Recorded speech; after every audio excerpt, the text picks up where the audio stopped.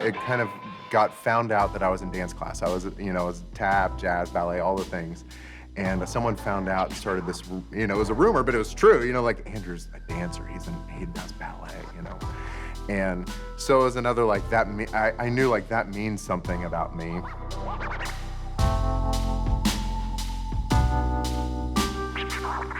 I shared a room with my brother all growing up, and my brother beat me up often. So for those years, there was just a lot of animosity and a lot of distance. And my brother and my dad were really close. I remember feeling like, I don't like being around my brother. They're in some kind of a club. I guess I fit in better over here with my mom and my sister, but I don't really know where I fit, Like I didn't think I was a girl like them, but it was just like, I don't fit in either one of these worlds fully. I remember in early elementary school, one of my best friends, his name was Greg, and he lived just over down the street, and we'd go over to he had a little fort in his backyard, and we'd play. But we started experimenting sexually, just having sex play. He introduced that, and we were about the same age, but at one point, another girl in our class had like seen us through the window in the fort or something and started this little rumor in school. That was another kind of, there was, several times in elementary school where these rumors would start, and that was another one. Well, Andrew and Greg are gay together, I mean, I remember for sure knowing that that meant like bad, like I'm getting made fun of for this. I don't think I really understood for sure didn't understand the fullness of what that meant. When I remember getting language around it was in 8th grade. I remember, at that point, I think I maybe had a sexual fantasy or maybe had a sexual dream about another guy that I'm friends with, and I just remember like having this moment of like, oh, that's being gay. Like, that's what that means, And that's when it all kind of came together for me of like, that's why I've been feeling all of these things for all of these years. That's what it is. I didn't really have, especially not any ongoing relationships. There was an older boy in high school that we had one moment where we started to experiment a little bit, and I didn't like, it was like I wanted that and then I didn't like it, so there was just the tiniest bit of that, but for the most part, it was all in my mind. It was, I had this highly developed sexual fantasy life that no one would have known about from the outside. On the outside, I was the most likely to succeed. I was the youth group leader, did all the right things. And it was all just when I was alone at night, alone with my thoughts, it was this addictive, that's where I would go, is this fantasy world of having that kind of love and acceptance and intimacy with a man. I think it was my senior year in high school, or maybe it was my junior year. We were at a youth camp, and they had this time. I remember they showed the end of Schindler's List at the end of this like sermon, and how Oscar Schindler at the end of it, it's like, I could have gotten one more, I could have gotten one more. And I had this conviction in my spirit that I know really was the Lord of like, I don't want to live my life knowing that I could have rescued people and I didn't do it because it was inconvenient for me or whatever. And I responded and I went forward. And again, what I look back and I regret is that I could talk to my youth group about that call and know that that was there, but I couldn't tell them about all my struggles in the inner world that I was battling so much. I could only talk about the thing of like, I want to be the Christian hero. So I had that conviction in me, but soon thereafter, I was a National Merit Scholar, so OU had this program where I could go to OU, full ride, free, get paid to go there, and I got accepted into their music theater department, which was another thing that I loved. I did theater stuff in high school, and so I decided, I was like, well, this is the track that's out there and open for me, so I decided, well, I'm gonna go be a missionary to the theater community at OU, Again, not knowing who I was, but I'm gonna go help everyone else, Within the first 6 months that I was at school, I started to party with everyone. People were, out of the closet. It was my first time to be around people who were out of the closet, and that was appealing to me. And so I stepped in that direction, came out to my family and all of that. And so for the next 3-4 years, I just kind of did that. I didn't think a lot about it. I just started moving that direction. And then my senior year in college, in November, it was right after my brother's birthday, I woke up and my mom had called the house where I was living, and she said, we can't find your dad. And I knew the second she told me that, he's dead. My dad had had a lifelong struggle with depression. My dad had been sexually abused by his uncle. My dad had been a Vietnam veteran and had a lot of PTSD stuff from that, but no one said PTSD. Like that wasn't part of the grid. It was just like, well, this is dad. So he'd gotten thrown on some medication, but had never had any follow-up care. I drove home to my mom's house, and later that day, they found my dad, and he had drowned himself in a little lake by our house. And that was a huge, that was a turning point for me, because up until then, like I said, I'd just kind of been walking this road, but hadn't really stopped to think. So I had walked away from the church, but there wasn't necessarily a reason for that other than I was partying on Saturday night, so didn't want to go to church on Sunday morning, kind of a thing, And so that week, I remember when my dad died in the week of his funeral. The week of his funeral, at his funeral, one of the pastors said, "This is a great day." And I thought, this isn't a great day, So I just made this kind of line in the sand, and I said, God, you didn't come through for me whenever I've been asking you to take away my struggle. You didn't meet my dad in his struggle. And now this pastor's telling me that it's great that my dad's dead. I just decided God's not real. Christians are crazy and dangerous, and I am throwing this out with the garbage.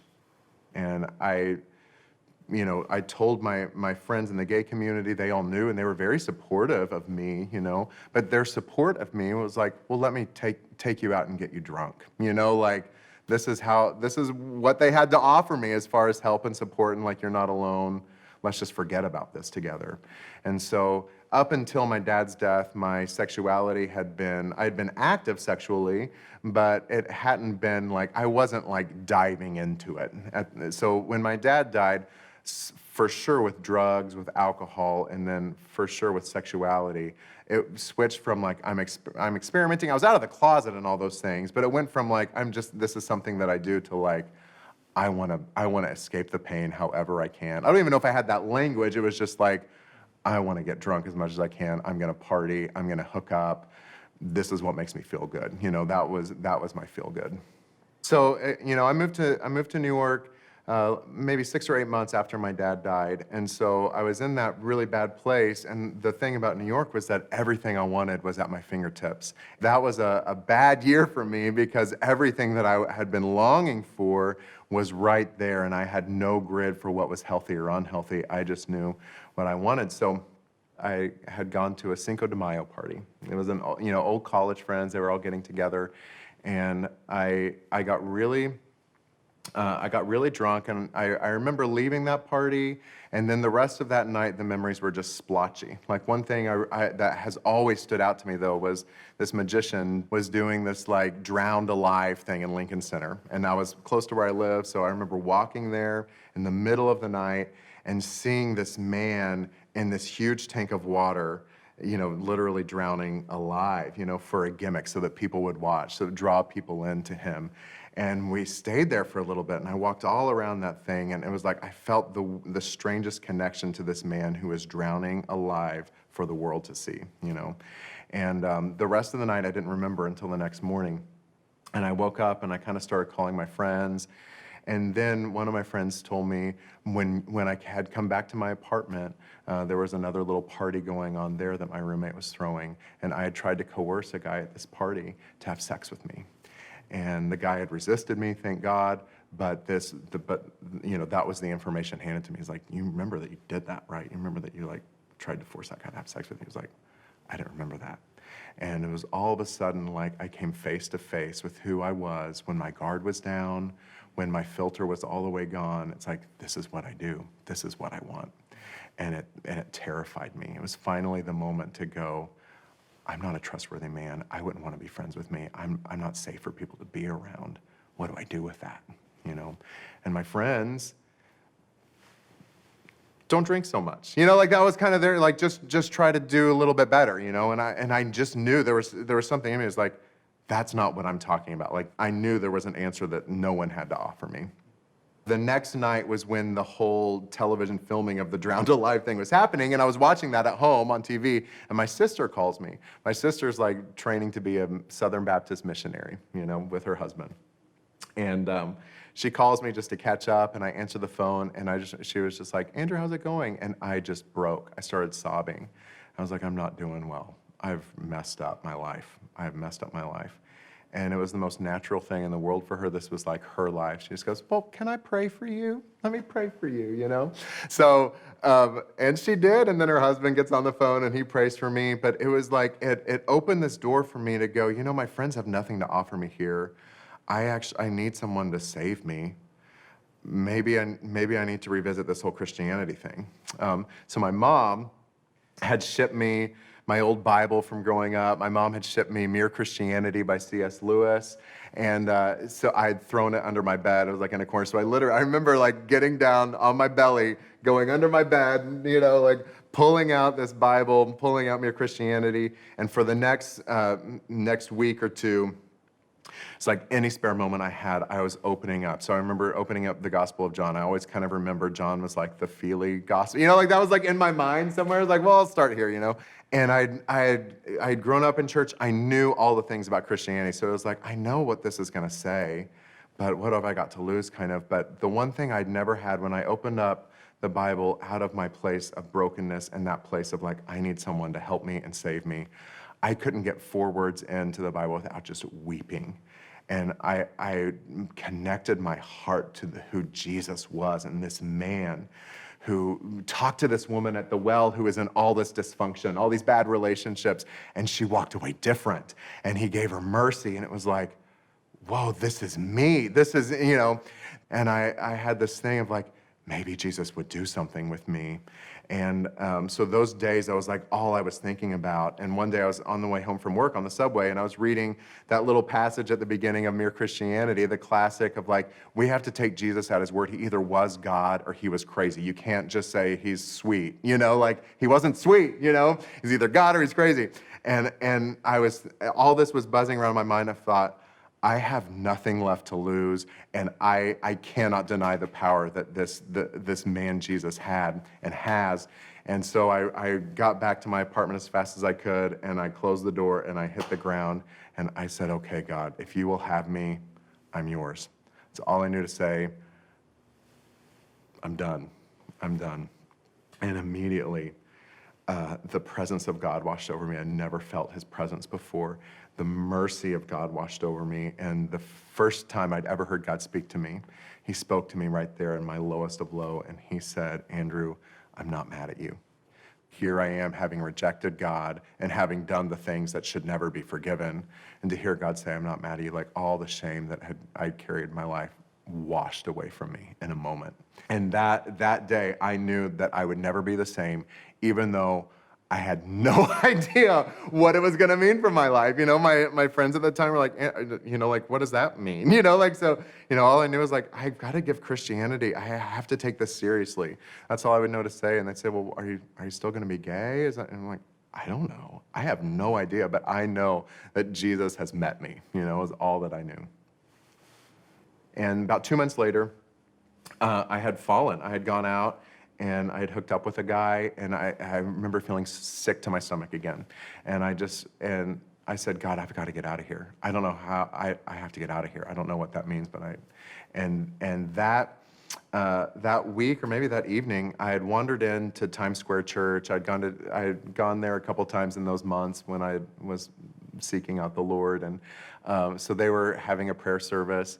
And I'm in there, and I hear God say to me, Andrew, your grandfather's dead, and when you go home for the funeral, just pack up, you're going home. You're like truly going home. And I didn't have a grid for God speaking specifically like that. I was like, maybe I've done too many drugs in my life. But I leave, and there's a missed call from my mom, and you know, Grandpa's on his deathbed, and he died, I think, that night.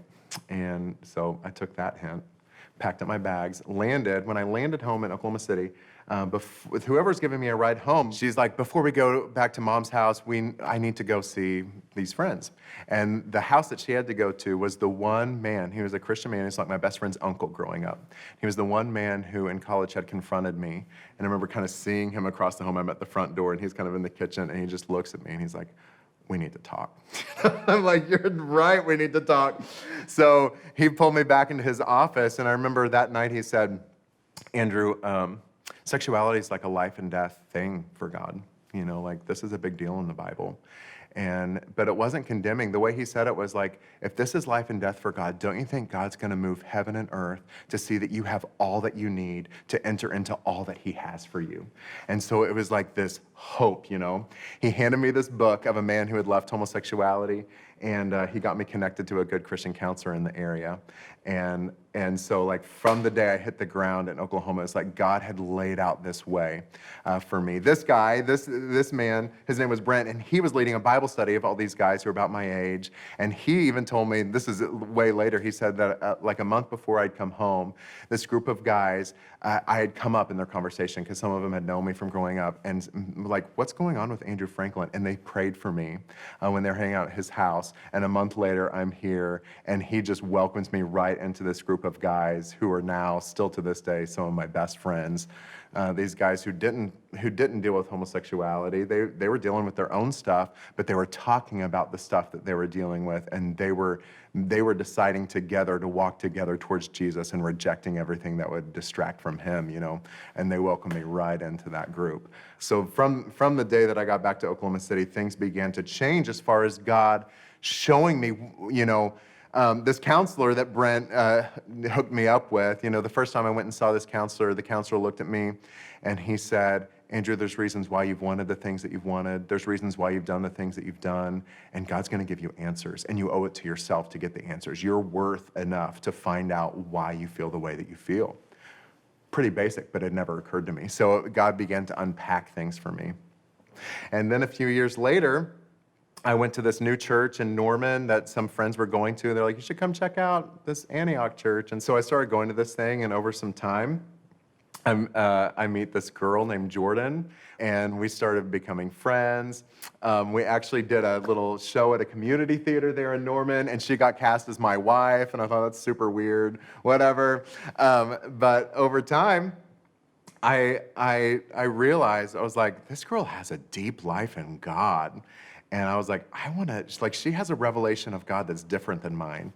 And I wanted to know about that, So we started to date, and it was the first time either of us had been in a truly healthy dating relationship. So we needed all the help of our community around us, But it was so joyful and healing, even as we began to date, to realize we can talk about the things coming up in our heart, and it doesn't have to be too close, too fast. Like, we can do this in a healthy way that honors each other.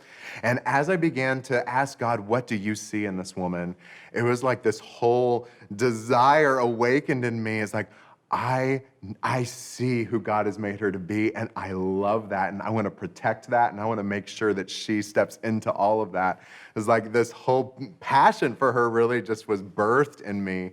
That was so fun, and also scary. And as we began moving towards marriage, so we got married a few years later. We dated for quite a while because we had a lot of stuff to work through.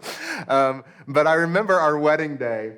In 2013, I saw Jordan starting to come down the aisle, and the presence of God just hit me. I could not stop laughing. Like, I looked at our wedding pictures, and I was like, babe, I look like I'm drunk. Like, it looks weird how, like, giddy I am. I couldn't stop laughing because the thoughts that were going through my mind were, one, I was like, who'd have thunk this from my life? Like, if people had known me at 10 years old, at 20 years old, they would not have thought that this was in the cards for me. I would never have thought this, and God had something different. And then the other thing that I just thought was like, God is so pleased. And I felt the pleasure of God over us in this reality that, like, if this is only a shadow of being with Jesus forever, like, this is about to be the most amazing thing in the world, It's like, and anyway, so our wedding pictures are like, we look like crazy people because the joy of the Lord just really visited us in a unique way. So for my story, it has never been that here was the moment that I was, 100% gay, and then here's the moment that I've never had same-sex attraction again. That hasn't happened for me. Like, I can still experience same-sex attraction today. What's changed, though, is it doesn't have authority over me anymore. It doesn't freak me out anymore. I know that the first thing I can do whenever I have a hard day is go, God, what's going on? I need you right now. I maybe don't even know what I need. I need you to tell me what I need, And I've learned, he's taught me about myself too, to know, oh, that conversation at work got me really insecure. and I'm buying into insecurity. And so it's making me want to go back to the things that had comforted me in the past, you know? So I know that I can talk to God about it, that God will show me what's in my heart and show me how his presence changes what's in my heart. I bought into the lie for so many years that struggles were your private thing that you did alone with the Lord and you put on your face for the world. And so God making a way for me to go, this is a family and you don't have to have it all together and no one thinks they're better than you. You have an equal place of belonging. You know, both like shows me like, I'm not different from anyone else. My friend who has struggles that are totally different from mine, we're going the exact same road of being in a battle, walking towards Jesus, and having to reckon with that. And at the same time, I began to see how my transparency and the gift that I had helped these men know Jesus more fully. So it's like, not only do I have support, but even my struggle can be a gift to other men to help them walk in a level of authenticity and transparency that they wouldn't otherwise.